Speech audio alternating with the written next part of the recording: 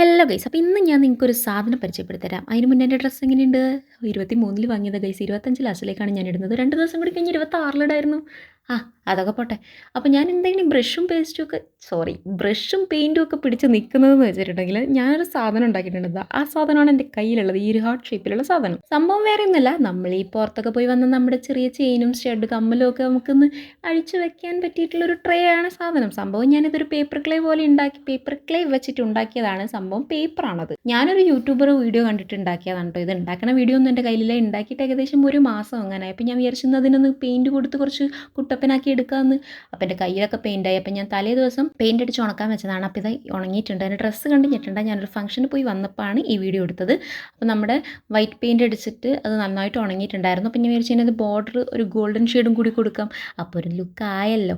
അങ്ങനെ നമ്മുടെ aesthetic tray ഇവിടെ റെഡി ആയിട്ടുണ്ട്. ഇതിൻ്റെ പേരൊന്നും ചോദിക്കരുത്. പേപ്പർ ക്ലേ ആണ് സാധനം. ഈ ഒരു പേപ്പർ ക്ലേ വെച്ചിട്ട് ഇത് ഉണ്ടാക്കാൻ വേണ്ടിയിട്ട് എൻ്റെ ഒരു ടിന്ന് പൗഡറാണ് തീർന്നത്. അങ്ങനെ ഞാനിതിൽ മാല, മോതിരം, സ്റ്റഡ്, കമ്മൽ അങ്ങനെ പലതും ഉണ്ടാക്കി. ഞാനിതുണ്ടാക്കാൻ വീഡിയോ നിങ്ങൾക്ക് വേണമെന്നുണ്ടെങ്കിൽ ഞാൻ വേണമെങ്കിൽ പുതിയത് ഉണ്ടാക്കാം.